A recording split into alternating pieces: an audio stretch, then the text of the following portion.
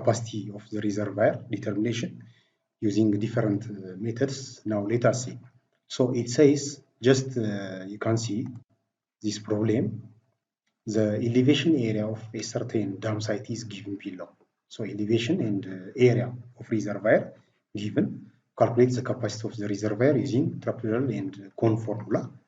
And also what is the elevation and area of reservoir when the storage is 1260 megameter cube. And if the minimum pool level is 616 above the river bed level and freeboard is 2 meter, determine the effective storage or live storage volume in megameter cube for normal operating conditions. Now let us see the detail now.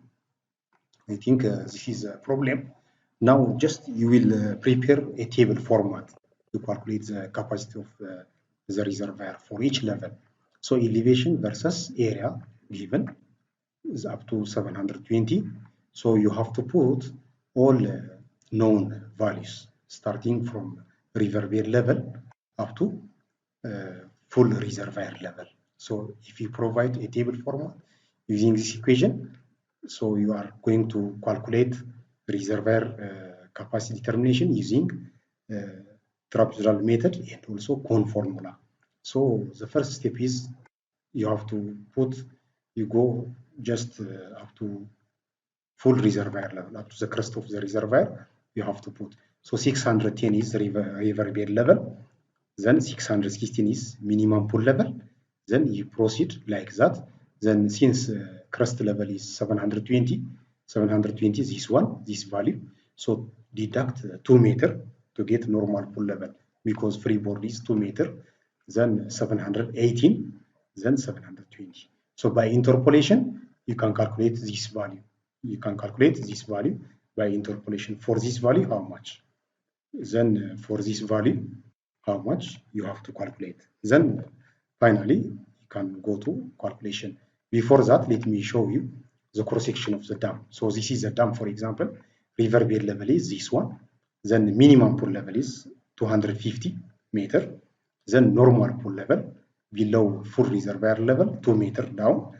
Then if there is extreme flood condition, maybe above the crest level, if it goes maximum flood level. So you have 4 levels: river bed level, minimum pool level, normal pool level, full reservoir level, and maximum flood level. So if it goes beyond the crest of the dam, it will spill out. So it will overtop.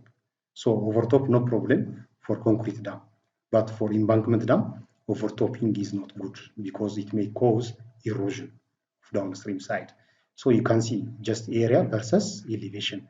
So for each area, you will have elevation, then you can calculate volume. So I think this is just a plan view. So this is dam site for dam projects, then you have contour. So for example, this is 0.1. So you will have this value for this point, minimum pool level. Then it goes on like that. Then these are all areas, contour map. So you can calculate using planimeter. Then finally, you can put the areas and elevation. Then you can go finally to volume calculation. So each point you can see stretch. This is valley cross section. Then you can calculate each storage, delta S, delta S, delta S. Then finally, you can sum up to get total volume of reservoir. Then let us go to the calculation now. So first you have to put area for each level, then delta HI or contour interval. So contour interval means this minus this. For each level, you can subtract, for example, this one, this minus this one, then 6 meter. Then similarly, like that, you can go down up to the crest of the dam. Then finally, you can proceed formulas, trapezoidal method and cone formula. So these are the formulas for average area method and also cone formula. Then you can calculate later on. Then at the riverbed level, no water is given, no initial storage, then 0. Then finally, minimum pool level. At minimum pool level, you can calculate now half times A1 plus A2 over 2. Then multiplied by contour interval. If you multiply, you get this value. It goes on like that. For each value, AI plus A2, A1 plus A3, you can add, then divide by 2 times delta H. It goes on like that. You will calculate delta S. Then, using con formula, according to this formula again, you can calculate like this similarly. But the square root of 2 preceding and succeeding areas, then square root, then you can calculate later on. You can find total up to this level you have. So volume, total volume is summation of each delta S, summation of each delta S. So delta S, each delta S, if you sum up delta S, delta S, delta S, you can calculate what? Total storage, total capacity. So let us see now. So for trapezoidal method, you have initial 0, then 90.2. You sum up 0 plus this one. Then again, you sum up this one plus this one, cumulative volume up to the crust level. So you have got up to full reservoir level, you get this value. This is total storage, the capacity of the reservoir using trapezoidal 9,890 megameter cube. Since kilometer square is given, then you multiply by 10 to the power of 6. Then finally, you can find this one for trapezoidal. For con formula, similarly, you proceed like that. Just sum up all values, cumulative. You sum up. Again, once you get this value, sum with this one, then you get this one. Then finally, total reservoir capacity for con formula, you get this value. So 9,890 and 9,863.07. So why different result? So you have to justify. So according to the formula, it shows trapezoidal method is somewhat larger than con formula. And also due to the shape of the valley, you may decide which formula is convenient to use.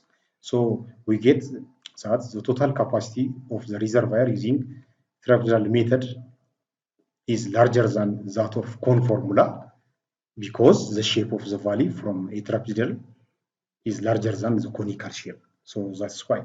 So it is also 1/3 of the product of the areas times the contour interval. So that's why we get this value. Otherwise, you can decide which formulas. Around 4 formulas, you can decide.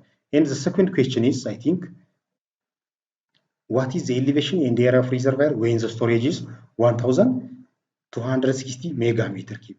So accordingly, you can see now for 1,260 megameter cube, this is for trapezoidal method and this is for con formula. Then by interpolation for this, how much area and elevation, then you can calculate. For trapezoidal method, you simply interpolation. This is elevation minus 650 over 660 minus 650 equal to, similarly, this volume, this minus this over this minus this. Then finally, elevation for trapezoidal method, 659.636 meter. But for con formula, you get this value. This is elevation required for this megameter cube cumulative. So area for this one, similarly, you can calculate for trapezoidal method and con formula, you get this result. So accordingly, finally, you can decide. So the last question is, if the minimum pool level is 616 above the river bed level and freeboard is 2 meters, determine the effective storage or live storage volume in megameter cube for normal operating condition. So for normal operating condition would mean just the water level is at normal NPL without freeboard. So for normal operating condition means water level is at normal pool level without freeboard. But for maximum operating condition, water level is at crest level or at full reservoir level. For extreme flood condition, you will use at this level. So you may provide gates here so that you close the sluice gates or the spillway. Then you can use for extreme flood condition also. So I think you have 3 conditions. Now you are asked for normal operating condition at normal pool level. So you simply subtract. So for trapezoidal method, you simply subtract normal pull level minus minimum pull level, already calculated in the above table. You just subtract this one.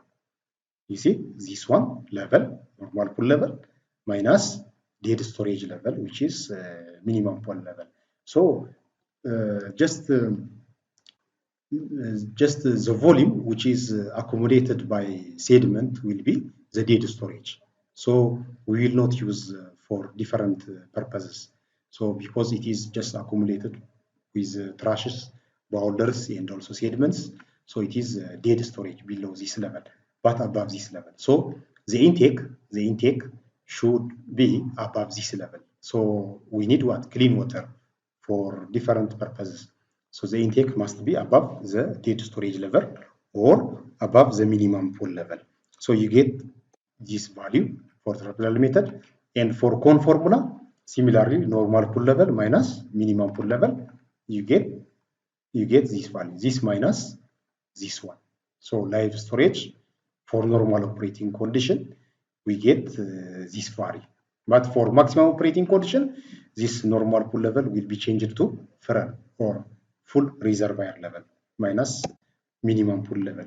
So I think this is exercise. So please try this exercise so that you will just do other problems in some reference books. So this question is different from the above one. So area as a function of h is given, which is just capacity curve. You can see area versus elevation given with this equation. Then you substitute each level. Then finally, you provide a table. Then you can calculate. So don't forget to use also calculus. You can use the integration method so that calculation step will be short and also you can finalize within a second. Otherwise, use the table and substitute h value so that you can find area. Then the same step you will follow. You will follow the same step. So I think you can try this one. So the river bed level is 240. You start from 240, you substitute. Then the crust level is 340. And reservoir storage analysis has been made between successive contour interval 20 meter. So you will have 20 steps, which is delta H, and 5 megameter cube volume of water was recorded as initial storage. So this 5 megameter cube is initial storage, which is at this level you are given delta S. At the river bed level, you have small amount of water, so you will consider that and then you will continue. So I think what is the capacity of the reservoir? Capacity of the reservoir at the crest of the dam. And also, how do you regulate the extreme flood condition? Extreme flood condition, how do you regulate? Determine the dead storage and live storage in megameter cube for normal operating condition. And also what is the elevation and area of reservoir when the storage is 500 megameter cube. So I think it is similar with the above question. The difference is area as a function of h is given in equation format. So I think you can try this exercise. If you have any question or ambiguity, please forward using the e-learning or Telegram. Then we will discuss. I hope. Please try other problems also in your worksheet. All these problems must be tried. So I think with this, we end up. Thank you. Okay, so this is all about today's tutorial. Hopefully you liked the video. If you have any comment or doubt regarding this topic, please let me know and write down in the comment section below.